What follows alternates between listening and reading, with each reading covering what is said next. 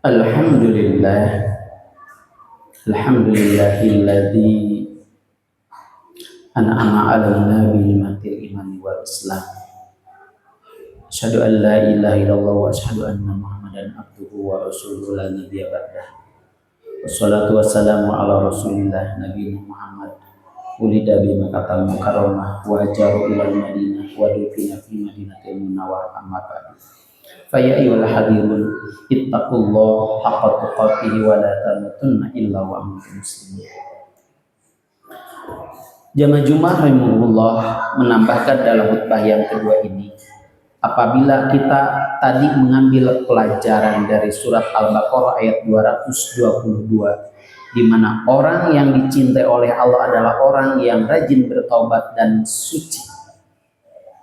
Tapi bersuci bukan hanya sebatas mandi atau mensucikan anggota tubuh, tapi yang lebih fundamental adalah, yang lebih substantif adalah membersihkan hati dari sifat-sifat jelek, iri, dengki, ujub, riya, dan lain sebagainya. Karena wudhu itu hanya terbatas 5 kali. Keluar dari kubul atau dubur itu sudah batal. Itu wudhu dohir. Tapi kalau wudhu batin, selamanya harus suci dari sifat sombong, iri, ujub, riya, sum'ah, takabur. Apabila terjadi batal tiba-tiba dalam hati kita merasa hebat, merasa luar biasa atas pengetahuan, atas kekayaan kita, itu berarti wudhu batinnya sudah batal. Apa yang harus dilakukan adalah beristighfar, disebut taubat. Dan taubat itu dalam kitab Sirul Asrar ada 2, termasuk dalam kitab Tanwirul Qulub Syekh Amin mengatakan bahwa taubat itu ada 2. Satu tobat dohir, yang kedua tobat batin, atau tobat umum, atau tobat khos. Kalau kita sudah bersyukur alhamdulillah kepada Allah ketika adzan mau ke masjid, ketika kita setiap hari menyempatkan waktu baca Al-Quran, apalagi sudah istiqomah tahajud dan sebagainya, itu sudah alhamdulillah. Tapi jangan disangka orang-orang yang sudah rajin istiqomah puasa, sholat, tahajud, duha tidak harus bertobat. Ada yang lebih mendalam yang harus kita taubati, yaitu tobat khos. Bagaimana tobat khos? Orang yang dalam beribadah kadangkala asa pangrajina tae-tate tobataneun, asa pangbagirna baturna mere 100.000, urang mah 1 juta.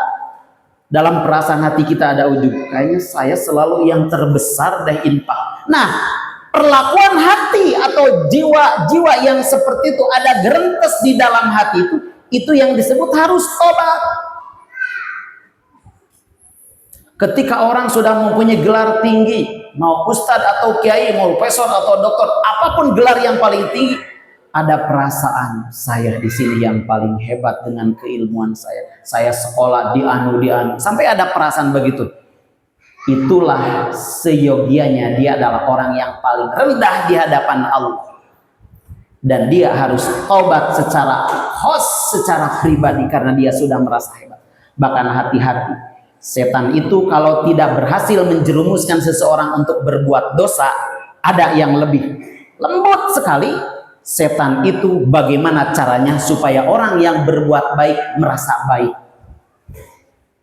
Sekali lagi, hati-hati dengan bujukan setan. Apabila seseorang tidak berhasil dijerumuskan oleh setan berbuat dosa, berbuat maksiat, maka setan akan berusaha menggoda seseorang yang hebat, yang luar biasa, supaya merasa hebat dan luar biasa. Pada akhirnya orang itu kategori adalah ujub atau riya, sehingga amal itulah yang akan menghalangi diterima oleh Allah Subhanahu wa ta'ala.